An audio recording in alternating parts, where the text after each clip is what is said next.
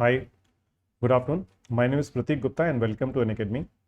देखिए, जो आज का हमारा टॉपिक होने वाला है डिस्कशन का, वो बहुत ही सिंपल है और बहुत ही पॉपुलर है अभी। क्योंकि जैसे कि आप लोग जानते हैं कि जो हमारा इंडियन रुपी है वो रीसेंट टाइम में ऑलमोस्ट यू कैन से जो पहुंच गया है at the level of 80 rupees something. Okay, which is the lowest ever.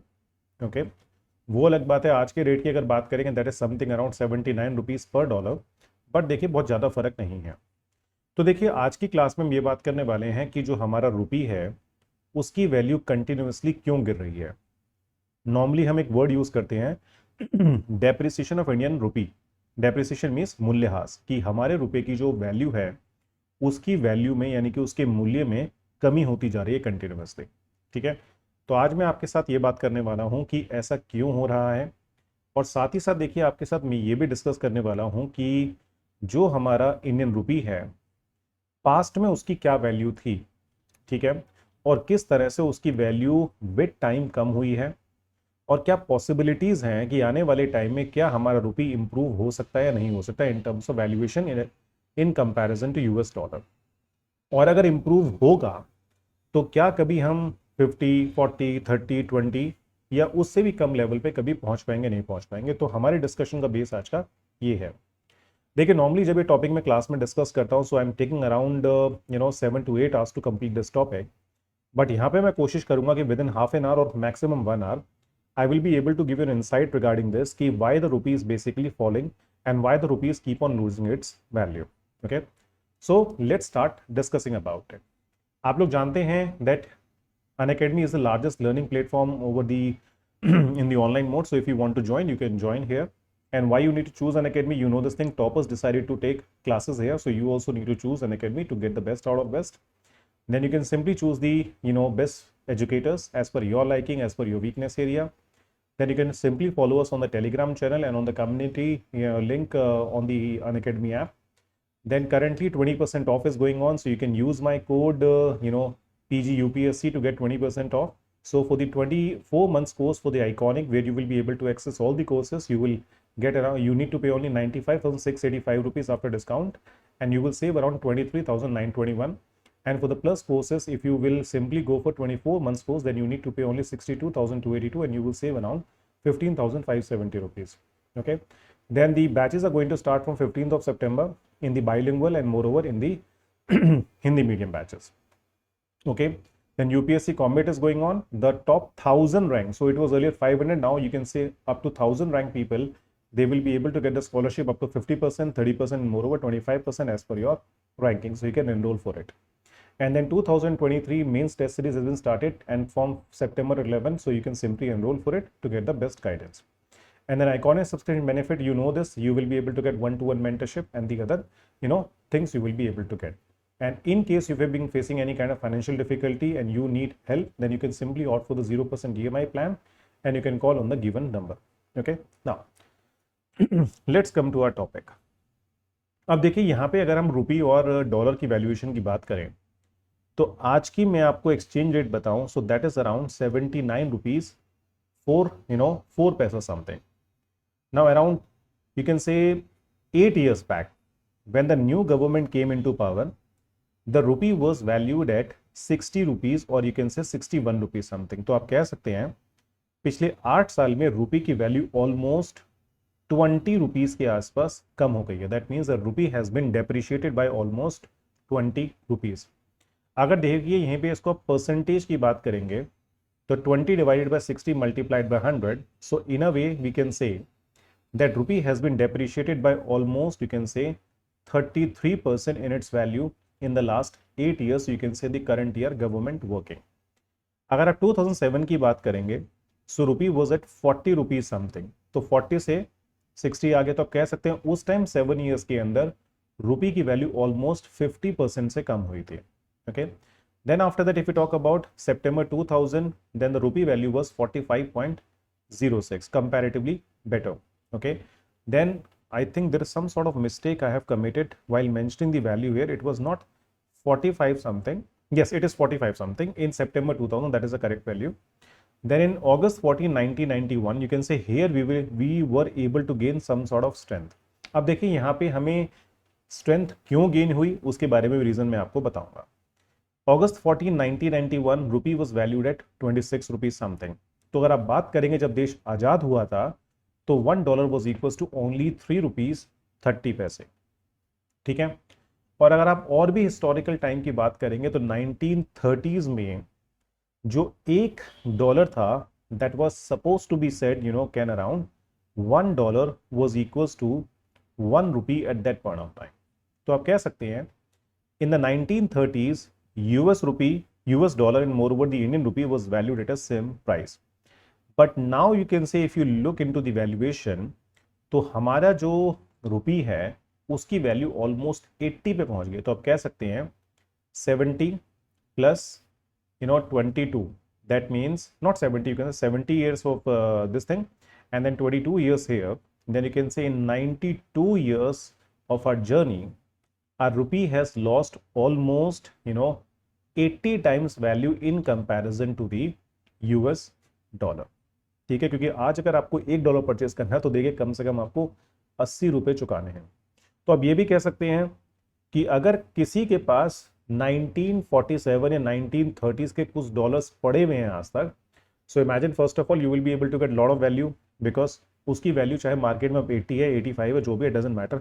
और उस केस में तो आपको वैसे ही बहुत एक्स्ट्रा मिल जाएंगे because it is some sort of a rare thing. But a point is what in case if you want to take something out of it then you will be able to get 80 times of whatever you are having. ठीक, तो ये तो एक point हो गया.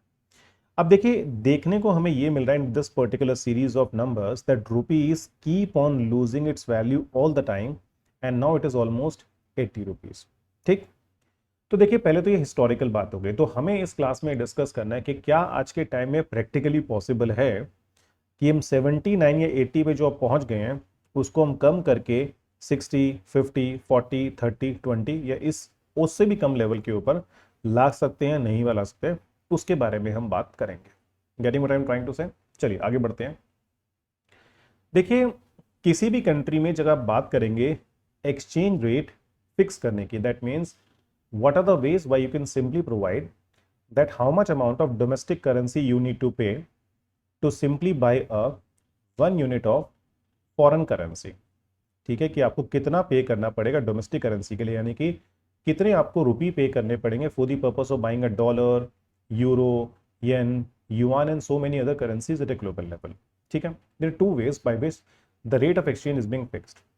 The one is called as a fixed rate system and the second is called as a floating rate system और known as a market based rate of exchange system.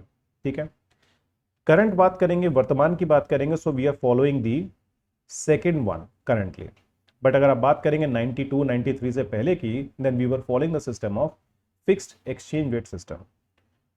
In the first one, if we talk about, it's normally the central bank of the country which basically provides this insight, or they basically fix the valuation that how much amount of rupee you need to pay to buy a foreign currency. अब देखिए 1947 में when we got the independence, initially जो हमारा central bank है RBI, it was providing the rupee value in comparison to UK pound only.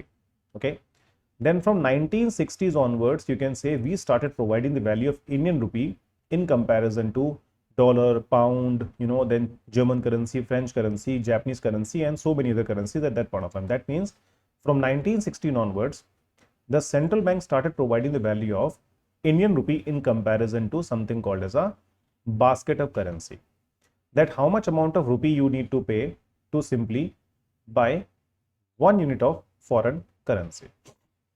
Getting. अब देखिए fixed rate of exchange system के अंदर आप मान के चलिए जो मैनिपुलेशन के चांसेस होते हैं वो बहुत ज्यादा होते हैं. For example, like if I tell you with the help of an example that how it is basically helping the country in terms of increasing its exports at a global level, कि कैसे fix exchange rate system के अंदर आप exports को बढ़ा सकते हैं. Take an example here. मान लीजिए there is a one particular thing in our country which is basically priced at, मान लीजिए वो है 4,000 rupees की. There is something that is valued at 4,000 rupees in the Indian currency. Okay, imagine the dollar is equals to 80 rupees, that is a rate of exchange. Getting? Now somebody from USA called us, उन्होंने call किया और call करके हमको बोला कि we want to buy this particular thing in our country, that means we want to import it from you. जब वो हमसे इंपोर्ट करें तो हम क्या करेंगे, we will simply do the export from India. Getting what I'm trying to say? तो उन्होंने हमसे पूछा कि सर जो प्रोडक्ट हम आपसे खरीदना चाहते हैं उसका प्राइस कितना है. Now think you as a businessman, कि आप एक बिजनेसमैन है, तो आप क्या कहेंगे कि 4,000 rupees is a cost to me, and if I want to sell it outside, then simply you will divide this with 80 and you will say कि sir price is how much, the price is $50. Okay, because by converting $50 as per this particular rate of exchange, when somebody will pay you $50 and you will convert it, then how much amount of rupee you will get? You will get 4,000 rupees. तो आपने सामने वाले को बताया कि sir price इसका $50 है. Getting? आपने एक्सपोर्ट कर दिया. Now in case of demand, there is a very simple rule that we have. When the price of something, which is let's suppose 4,000 rupees, will go down, then you can say lot of people who are not able to afford it earlier, they will start buying it, and so many people who are able to buy only limited quantity as something which is basically priced less, then you will be able to buy more.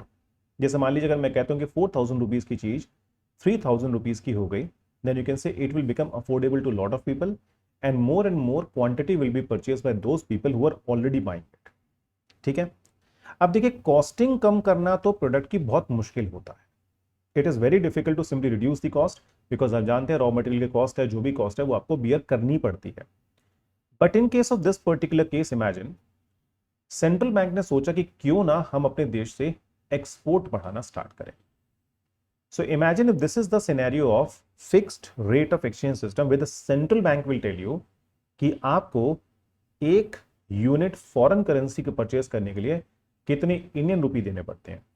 तो central bank ने बोला चलो एक काम करते हैं, now you need to पे for $1 you need to पे 90 रुपीज. यानी कि हमने जानबूझ के, सेंट्रल बैंक ने क्या किया, ये मैं बात कर रहा हूं फिक्स्ड सिस्टम की, सेंट्रल बैंक ने जानबूझ के क्या किया, इस चीज को अपनी जो हमारी करेंसी थी उसकी वैल्यू को जानबूझ के घटा दिया.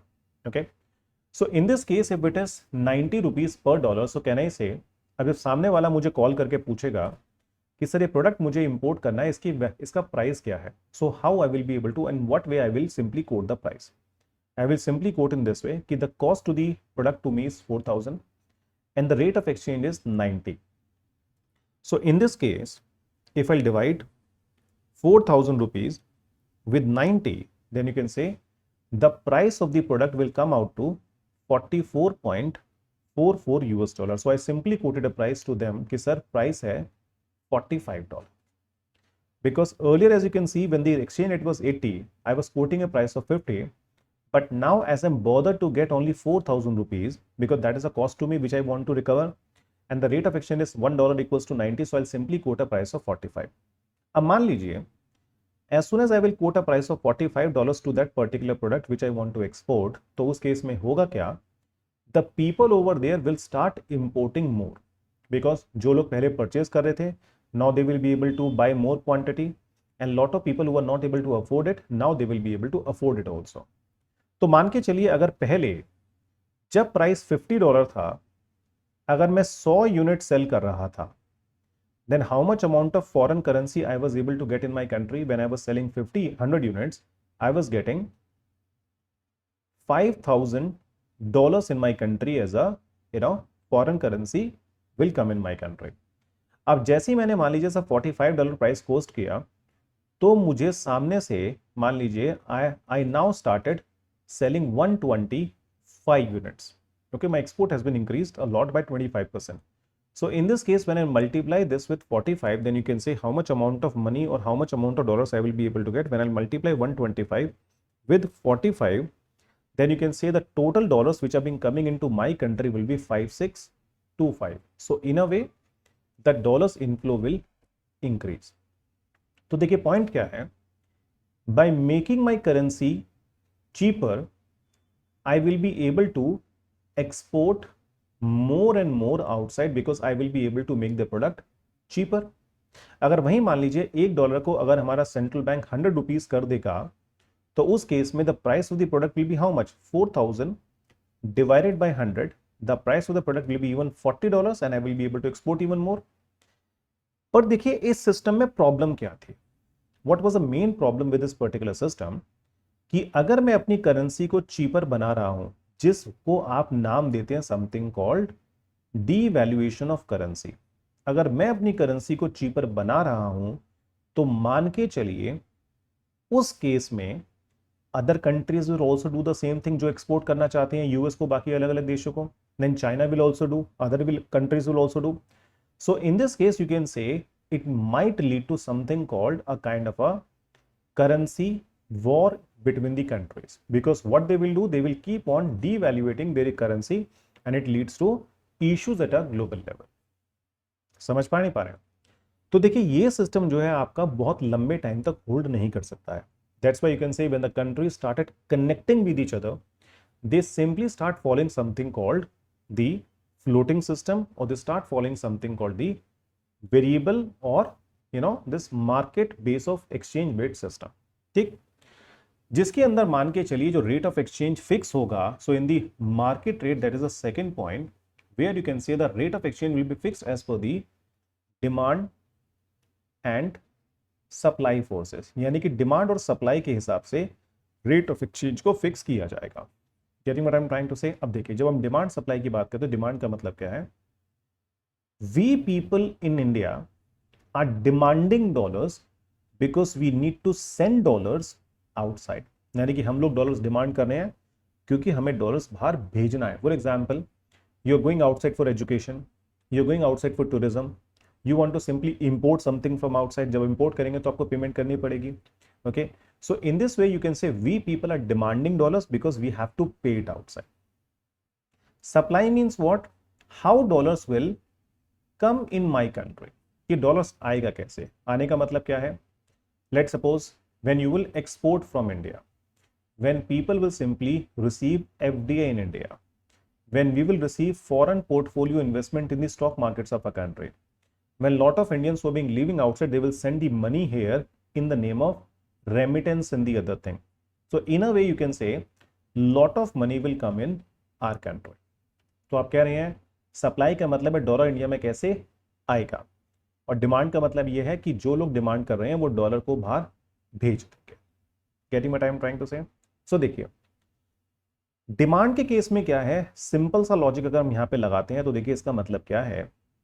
जैसे भी पीछे वाले एग्जाम्पल में हमने बात करी कि अगर मैं बात कर रहा हूं डिमांड की, ठीक, और मैं बात कर रहा हूं सप्लाई के, तो यहां पे मान के चलिए अगर मैंने जैसे वहां पे बात करी एक्सपोर्ट की, अब देखिए यहीं पे अगर मैं एक एग्जांपल और ऐड कर दूं फिक्स्ड वाले के अंदर, यहीं पे मान लीजिए अगर मुझे इंडिया में कुछ इंपोर्ट करना है, if I want to import something in case of my country, ठीक, इंपोर्ट के केस में देखिए क्या है, मान लीजिए मैंने बाहर वाले को किसी को कॉल किया यूएसए में कि sir I want to simply buy this thing in from your country, तो उसने मुझे बोला कि सर प्राइस है $100, ठीक है, और मान लीजिए रेट ऑफ एक्सचेंज है 80. अब उन्होंने मुझे $100 प्राइस कोट किया, तो मैं कहूंगा that in Indian currency this product is going to cost me 8,000 रुपये. मैंने इंपोर्ट कर लिया, देश में आ गया.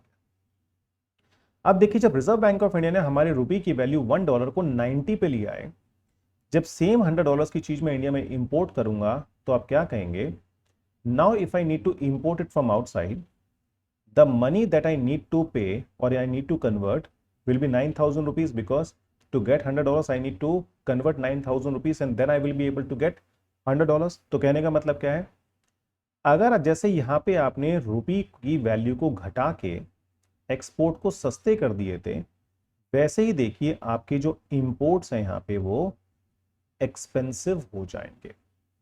Getting what I am saying? That means when the rupee will lose value, your import will get expensive and your exports will get cheaper. तो कहने का मतलब क्या है, आपके इंपोर्ट्स कम हो जाएंगे, एक्सपोर्ट बढ़ जाएंगे, तो उस केस में क्या होगा, आपका बैलेंस ऑफ पेमेंट जो है that will be comparatively better in this scenario. Are you getting what I am trying to say? So in this way the things will basically simply changed. अब देखिए यहीं पे अगर हम बात करें डिमांड की, तो डिमांड आप डॉलर से कर रहे हैं क्योंकि आपको लेट्स सपोज बाहर से इंपोर्ट करना, that you want to import something in India. आपको पता है अगर $1 80 है और अगर $1 90 हो जाएगा तो उस केस में आपके इंपोर्ट्स जो है that will basically go down, जो अभी हमने बात करी, बिकॉज आपके imports will become expensive. And same thing when it will come here in case of exports, if you talk about, तो हमारे जो एक्सपोर्ट्स हैं that will basically increase, yes no, because the products will get cheaper, अभी जो हमने example में बात करी। तो देखिए हमारा जो डिमांड कर्व बनता है when it comes to the rate of exchange, तो 80 पे I was demanding this much quantity. So here you have a rate of exchange and here you have the quantity. At 90 you can say what happened, my demand will go down, so I will demand comparatively less here. But अगर मान लीजिए वहीं पे वो 70 हो जाएगा, then I will start demanding more because the product will get cheaper. तो इन तीनों पॉइंट को जब आप when you will simply jot it down, then you can say you will find there is a negatively sloped demand curve. और वहीं पे अगर आप एक्सपोर्ट की बात करेंगे, सप्लाई की बात करेंगे, तो जब आपका रेट ऑफ एक्सचेंज 80 था, you are able to export this much, now it is 90, you are able to export more because you know this thing, your product will get cheaper. तो उस केस में जो आपका सप्लाई कर्व बनता है that is basically in this वे। तो simple तरीका क्या है, देखिए जहां पे ये दोनों कर्व इंटरसेक्ट करेंगे एक दूसरे को, there you can say the rate of exchange will be fixed. तो जैसे भी मान लीजिए ये है हमारा 80, so that is a demand curve and that is your supply curve. Getting what I am saying? अब देखिए किस केस में हमारे रुपी की वैल्यू गेन करेगी, that means our rupee will go from 80 to 75 to 70, 65, 60 and so on. That means our rupee will get stronger. देखिए gain केवल दो हालत में होगा। देखिए आपने जैसे अगर नोटिस किया होगा, अगर हम बात करें अपनी पढ़ाई की, क्लास में जो टॉपर होता है, ठीक है, अगर आपको उससे आगे निकलना है तो imagine that topper is USA, okay, and the other struggling candidate is what, let's suppose India. देखिए दो चीजें हैं, अगर आपको टॉपर से आगे निकलना है तो आपको इतना ज्यादा हार्ड वर्क करना पड़ेगा that you need to perform extremely better in comparison to topper, so that you will be able to gain marks and you will go ahead. Getting? या दूसरा तरीका क्या है कि जो टॉपर है उसका पढ़ाई में मन लगना बंद हो जाए, ठीक है, अगर उसका पढ़ाई में मन लगना बंद हो जाएगा तो क्या होगा, जब वो पुअर परफॉर्म करेगा तो उसके मार्क्स कम हो जाएंगे, तो automatically in comparison to that particular topper you will be basically provided a good position। या तो टॉपर कम अच्छा परफॉर्म करे या फिर हम बहुत अच्छा परफॉर्म करें तो हम आगे निकल सकते हैं। और या फिर देखिए तीसरी सिचुएशन क्या हो सकती है कि टॉपर भी अच्छा परफॉर्म कर रहा है और आपको एक्स्ट्रा ऑर्डिनरीली एक्स्ट्रा परफॉर्म करना पड़ेगा, so that you will be able to go ahead of the topper. तो देखिए सिंपल सी बात है, अगर हमारे रुपी को हमें स्ट्रॉन्ग बनाना है, then what we need to do, we need to make our dependency on the imports to go down।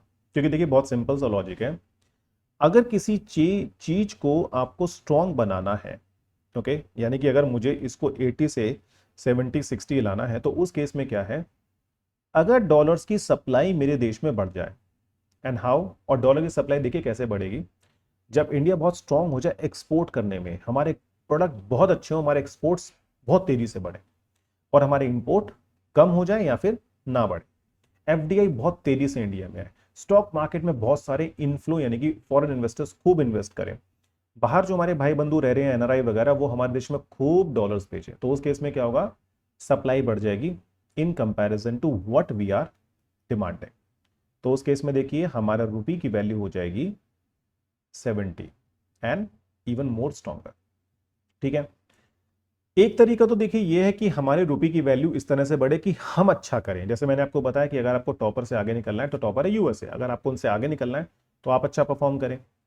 और दूसरा तरीका देखिए क्या है कि अगर जो ऑलरेडी टॉपर है, अगर वो परफॉर्म अगर अच्छा ना करे, तो उस केस में क्या होगा, then you can say whatever things which we are being demanding from there, यानी कि जो भी चीज़ हम उनसे डिमांड कर रहे हैं, जैसे मान लीजिए अगर यूएस के प्रोडक्ट बेकार हो जाए, ठीक है, उनकी अच्छे यहाँ पे और उनसे बेहतर हम यहाँ पे करने लग जाए, ठीक, या फिर हम उतना ही करते रहे और यूएस हमसे अच्छा परफॉर्म ना करें इन कंपैरिजन, तो क्या होगा कि when these people are not performing well and do not like their product, then what happen, the demand for their products will go down and that means we will demand less dollar.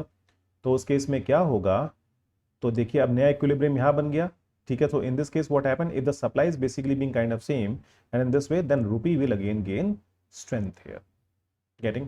तो देखिए दो तरीके. अब आप कह सकते हैं 1947 से लेके आज तक की अगर हम बात करें तो कहीं ना कहीं हम रूपी जो हमारी अपनी इंडियन करेंसी है उसके कंपैरिजन में, if you talk about US dollar, we are not performing well. Okay, if you see in case of our country, our imports are continuously rising, यानी कि हम जब किसी चीज की डिमांड ज्यादा करते हैं और उतनी उसकी अवेलेबिलिटी नहीं है तो ऑब्वियसली बात है वो चीज महंगी हो जाएगी. अब देखिए अगर मैं डॉलर मांग रहा हूं और उतने डॉलर देश में नहीं आ रहे हैं तो उस केस में क्या होगा, रुपये की वैल्यू कम होगी. So imagine people are demanding $100 but we have only $80 to provide. तो उस केस में क्या होगा, जो $80 हैं इनकी वैल्यू ऑटोमेटिकली बढ़ जाएगी. क्यों? Because people have been demanding it a lot. Getting what I am saying. तो देखिए हमारी करेंसी करंट टाइम में इतनी वैल्यू क्यों लूज कर रही है, why the Indian rupee is being losing lot of value. देखिए सिलसिला स्टार्ट हुआ करेंसी के तेजी से प्राइस कम होने का कोविड-19 पेंडेमिक के साथ साथ. आप जानते हैं 2020-21 में इंडिया का जो जीडीपी है वो नेगेटिव, यानी कि हमारे जीडीपी में जो ग्रोथ थी वो नेगेटिव थी. while in case of a USA their growth rate was, though it was very low, but it was still positive in that scenario. So in that case what happened, as we kind of go down and they are basically kind of still going in a flat or little bit up way, then what happened, हमारी country में जो problems थी, आप कह सकते हैं जो भी इश्यूज थे, उसके कंपैरिजन में मान के चलिए when they perform comparatively better, then still you can say the dollars gained strength here. ठीक है. अब उसके बाद मान के चलिए जैसे जैसे चीजें थोड़ी सी बेटर होनी शुरू हुई, हमने अपनी इकोनॉमी को ओपन किया, तो आप जानते हैं अभी जीडीपी के नंबर आए हैं जो हमें बताते हैं कि हमारी इकोनॉमी 13.5% से ग्रो करी है, and that is only because of low base effect. क्योंकि आप जानते हैं लास्ट ईयर फर्स्ट क्वार्टर में क्या प्रॉब्लम थी, last year first quarter was the delta variant was there of the कोविड-19, and because of that massive amount of lockdown was there in the country. Despite you can say there was a lower base in case of our country for the first quarter of 2022-23 growth, still our GDP grew by only 13.5%. People were expecting that India's GDP growth rate will be around 15% plus. So that means we didn't perform well in comparison to the expectation. तो वही बात आती है जब आप expectation से कम perform करते हैं, यानी कि कहीं ना कहीं और ज्यादा अच्छा परफॉर्म करें हैं और हम इतना अच्छा परफॉर्म नहीं कर पाए, तो उस केस में क्या है कि हमारी करेंसी को उतनी स्ट्रेंथ नहीं मिल पाई. अब देखिए करेंसी की वैल्यू गेन होगी जब सप्लाई ज्यादा होगी और आप डिमांड कम करें. That means when the situation will be opposite, when people are being demanding $100, okay, and you have the availability of let's suppose $120, तब आपकी करेंसी की वैल्यू गेन होगी. यानी कि जब डॉलर ज्यादा इंडिया में आएगा और कम इंडिया से बाहर जाएगा तो मान के चलिए आपकी करेंसी की वैल्यू गेन होगी. पर देखिए वहीं पे अगर मैं आपको इस साल की कुछ सिचुएशन के बारे में दिखाऊं तो I will give you certain number.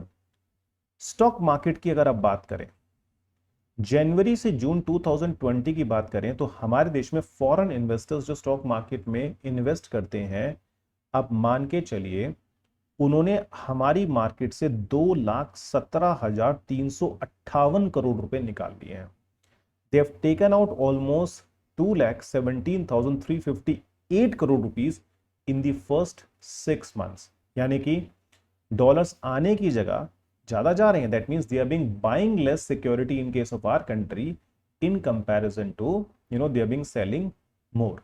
तो सिंपल सी बात है, अगर ऐसा भी होगा तो हमारी स्टॉक मार्केट भी नीचे गिरेगी, और वो आपको देखने को मिल रहा है कि stock market is very much volatile currently, coming going. And on 1 July 2022 in just one day they took almost 261 crore out. That is what the data I'm having currently with me.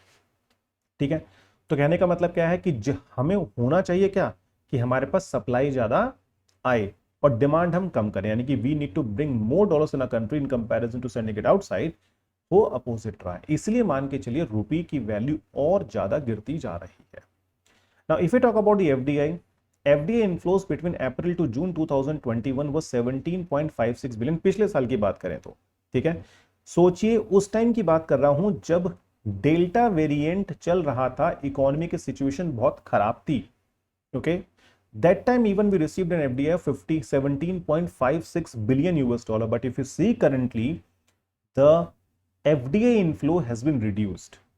Though the things are normal currently, it is 16.58 billion. That means there is a decrease of 6% here in case of FDI inflows. तो कहीं ना कहीं मान के चलिए जो sentiments हैं हमारी कंट्री में foreign investors के, that is not very much favorable in this scenario. That's why you can say we are losing value. अब देखिए यहीं पे अगर मैं आपसे import export की बात करूं, सो देखिए ये जो नंबर्स हैं that is the numbers I am having from the data given by the PIB, press information bureau, and the data is of July 2022। अब देखिए यहां पे आपको टेबल्स देखने को मिलेंगी। इन टेबल्स में ध्यान से देखिए कि जुलाई 2022 और जुलाई 2021 के मुकाबले अगर एक्सपोर्ट्स की बात करें, so as you can see exports will bring dollar, it was 35.51 and that is 35.24 billion. There is a negative growth of how much? Minus 0.76%। वहीं पे सर आप इंपोर्ट की बात करेंगे तो देखिए in July 2021 it was 46.15 billion, that is increase to 66.26। तो ये 43% की ग्रोथ है इंपोर्ट में। सोचिए that means again we are bringing less dollars and we are being sending more dollars outside, that's why हमारे रिजर्व्स भी कम हो रहे हैं। वहीं आगे देखिए India total trade in merchandise good between April to July, तो ये तो केवल जुलाई का डेटा है। अब अप्रैल से जुलाई का डेटा देखिए, that means the first quarter 3 months if you talk about, export 156.41 which was last year 131.06, that means there is a good growth of 19% here.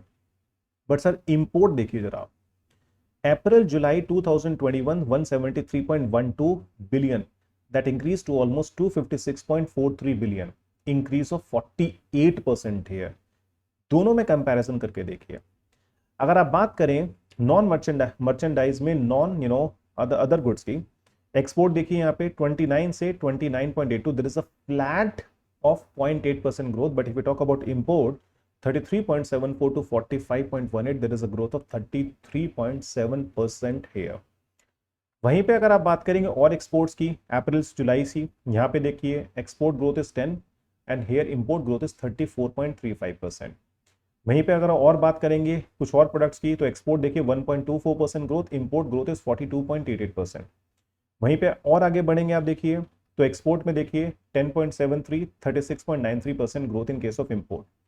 और वहीं पे आप बात करेंगे export of top 10 major communities group in July 2021 and if you compare with the July 2021, then overall if you see there is a negative growth of minus 0.76%. Getting what I'm trying to say? So in a way our country is currently not performing well.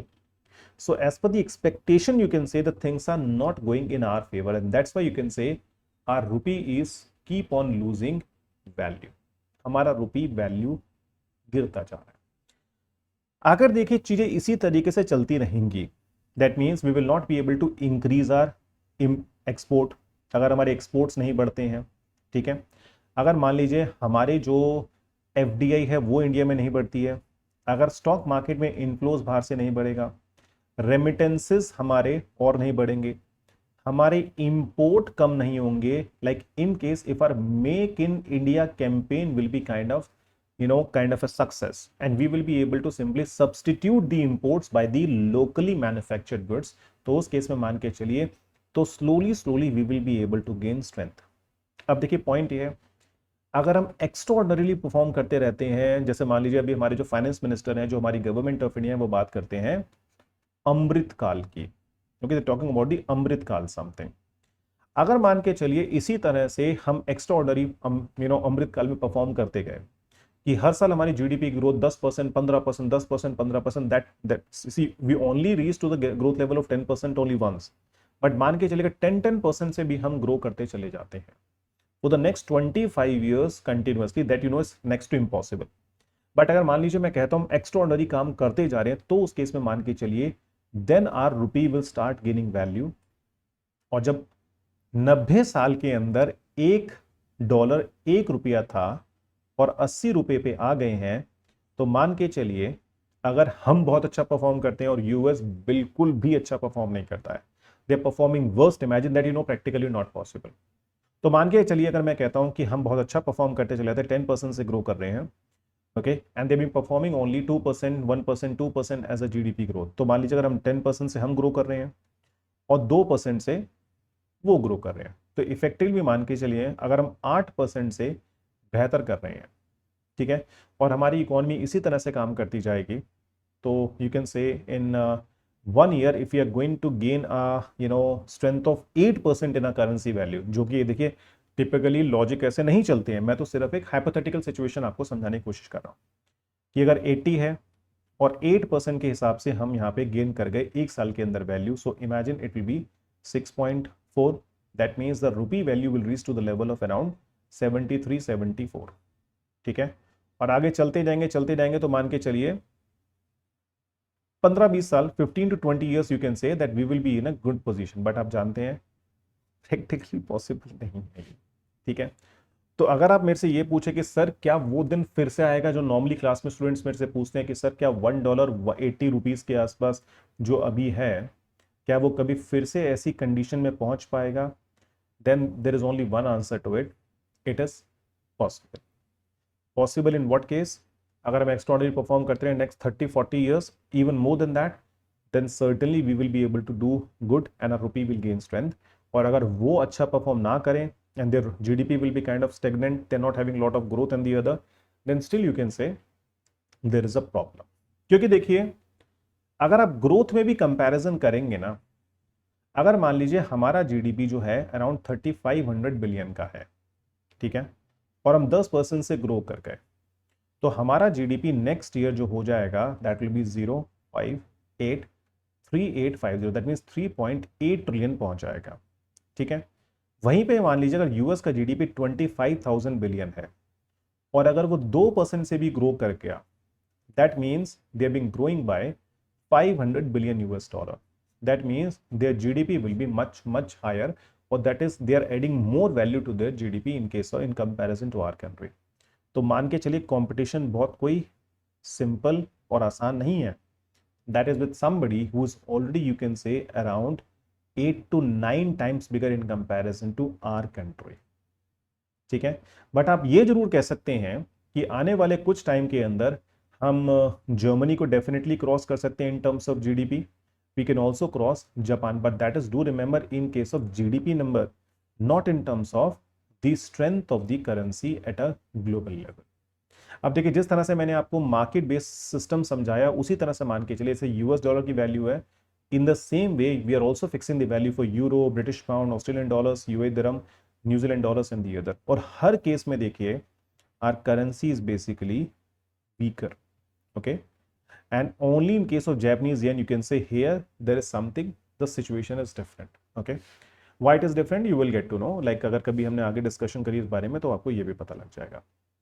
तो देखिए answer question का simple सा ये है कि possible है अगर हम एक्स्ट्राऑर्डिनरी परफॉर्म करें continuously, not for 1 to 5 years, we are talking about at least for 20, 30 और even more than that time period, then you can say our currency will gain value and we might be able to reach to the level of, still I would say we will be able to reach to the value of 40-50 rupees US dollar, okay, in comparison to $1, 40-50 otherwise that is again being kind of very very difficult। but जिस तरह से situation चीजें चल रही हैं देश के अंदर, मैं मान के चलिए I am not very much optimistic कि ये सिचुएशन बहुत ही जल्दी आने वाली है, ठीक है।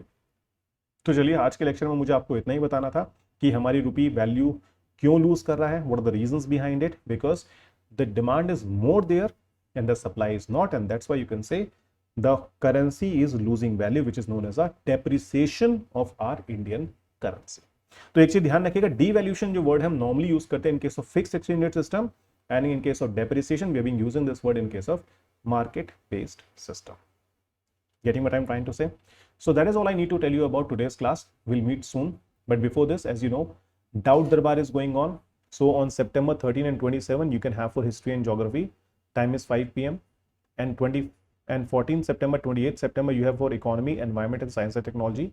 Wednesday 5 p.m. and September 15 and 29, you will get for polity, current affairs and IR 7 p.m. Okay. And that is all I want to tell you about this thing. So as you know, from 8th of September, I have started my, course for the purpose of those students who have been preparing for 2023 prelims, okay, and 2024 prelims. And from 10th of October onwards, I'm going to start a comprehensive course for economics, which is very, very important for both prelims as well as mains point of view for those people who are preparing for 2023 and 2024.